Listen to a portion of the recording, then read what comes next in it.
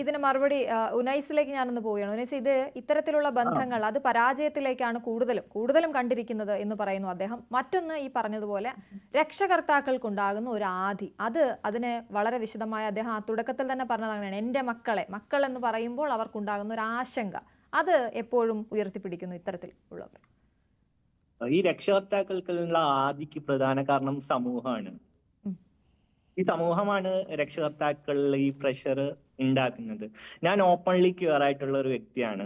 ഞാൻ കോളേജിൽ പഠിച്ചുകൊണ്ടിരുന്ന സമയത്ത് പ്രീ പ്ലാൻഡ് അല്ലായിരുന്നു, ഒരു യാദൃച്ഛിക ഞാൻ വീട്ടിൽ എനിക്ക് ഔട്ട് ആവേണ്ടി വന്നതാണ്, പറയേണ്ടി വന്നതാണ്. ആ പറഞ്ഞ സമയത്ത് അവർക്ക് ഒരു ഷോക്ക് ഉണ്ടായി, ഒരു ബുദ്ധിമുട്ടുണ്ടായി. പക്ഷെ അത് കഴിഞ്ഞിട്ട് ഇതുവരെ എനിക്ക് എന്റെ വീട്ടുകാരിൽ നിന്ന് യാതൊരു പ്രോബ്ലം ഇതുവരെ ഉണ്ടായിട്ടില്ല. എന്നെ സംബന്ധിച്ചാണെങ്കിൽ ഞാനൊരു മുസ്ലിം കമ്മ്യൂണിറ്റിയിൽ നിന്നാണ്, യാഥാസ്ഥിതിക ഓർത്തഡോക്സ് ഫാമിലിയിൽ നിന്നാണ് വരുന്നത്. എന്റെ പേരൻസ്, ഇവിടെ ഒരു കോളേജ് അധ്യാപകന്റെ പഠിപ്പോ വിവരമോ ഒന്നും എന്റെ പേരൻസിനില്ല. സ്കൂൾ വിദ്യ, പ്രാഥമിക തലം ഒക്കെ നേടിയിട്ടുള്ള മാതാപിതാക്കളാണ് എന്റേത്. അവർക്ക് അത്രയും ജെൻഡർ തിയറീസിനെ പറ്റിയൊന്നും യാതൊരു ധാരണയില്ല. ലോകാരോഗ്യ സംഘടനകളുടെ നിലപാടിനെ പറ്റിയൊന്നും യാതൊരു ധാരണയില്ല. എന്നിട്ട് അവരെന്നെ ചേർത്ത് പിടിക്കുന്നു. ഇന്ന് വരെ എന്റെ ഉമ്മ എന്നെ വേദനിപ്പിക്കുന്ന ഒരു വാക്ക് പോലും ഈ നിമിഷം വരെ പറഞ്ഞിട്ടില്ല.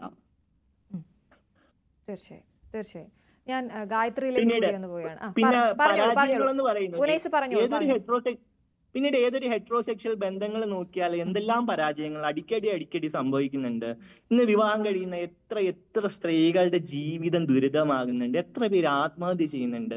പിന്നീട് ഇവർക്ക് വിവാഹിതരായിട്ടുള്ള ഈ വ്യക്തി പെട്ടെന്ന് ആ ഡിവോഴ്സ് എന്ന് പറഞ്ഞ സംഗതിയിലേക്ക് പോയി വരാൻ പറ്റില്ല.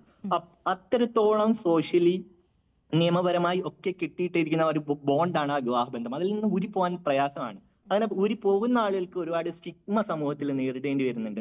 അങ്ങനെ എല്ലാവരും, മെജോറിറ്റി ആളുകളും ആ വിവാഹബന്ധത്തിൽ കുടുങ്ങിക്കിടക്കുന്നവരാണ്. പ്യുവർ റിലേഷൻഷിപ്പിലേക്ക് വരുമ്പോൾ ആ ബാധ്യതകളൊന്നുമില്ല, ആ പ്രഷർ ഒന്നുമില്ല. അതുകൊണ്ട് തന്നെ ആ പ്രഷർ ഒന്നും ഇല്ലാത്തതുകൊണ്ട് തന്നെ വളരെ ഈസി ആയിട്ട് എന്തെങ്കിലും പ്രശ്നമുണ്ടെങ്കിൽ ആരോഗ്യകരമായി ഊരിപ്പോവാൻ പ്യുവർ റിലേഷൻഷിപ്പിൽ സാധിക്കും. പിന്നീട് പ്യുവർ റിലേഷൻഷിപ്പ് വളരെ കുറവാണ്. പിന്നീട് ഈ ഹെട്രോസെക്ഷൽ ആളുകൾ നമ്മളെ എങ്ങനെ മോണിറ്റർ ചെയ്യാനിരിക്കുകയാണ്. എന്തെങ്കിലും സെലിബ്രിറ്റീസോ ആരെങ്കിലും പ്യുവർ റിലേഷൻഷിപ്പിലുള്ള ആളുകളിൽ ഉണ്ടാവുന്ന പ്രശ്നങ്ങൾ, അവരുടെ റിലേഷൻഷിപ്പിൽ ഉണ്ടാവുന്ന പ്രശ്നങ്ങൾ, ഇതിനെയൊക്കെ വലിയ രീതിയിൽ ഗ്ലോറിഫൈ ചെയ്യപ്പെടുകയും ആ ബന്ധം തകർന്നു കഴിഞ്ഞാൽ എല്ലാവരും ഇതേപോലെയാണ് എന്നുള്ള ഒരു ജനറലൈസേഷനിലേക്ക് പോവുകയും ചെയ്യുന്നു. അതേസമയം ഹെട്രോസെക്ഷൽ റിലേഷൻഷിപ്പിൽ ഉണ്ടാവുന്ന ഡിവോഴ്സ്, അതിലുണ്ടാവുന്ന സൂയിസൈഡൽ റേറ്റ്, ഇതൊന്നും ഒരു വിഷയമില്ല. അത് കാരണം ഹെട്രോസെക്ഷൽസ് എല്ലാവരും തന്നെ ഇത്തരക്കാരാണെന്നുള്ള ഒരു നിഗമനവും ഇല്ല. പക്ഷെ ഇതെല്ലാം പ്യുവർ വ്യക്തികൾക്ക്, മൈനോറിറ്റി ആയിട്ടുള്ള ഞങ്ങളിലേക്ക് മാത്രമേ ഇതൊക്കെ തിരിയുന്നുള്ളൂ. അതാണ് ഗായത്രി, അതൊരു പോയിന്റ് ആണ്.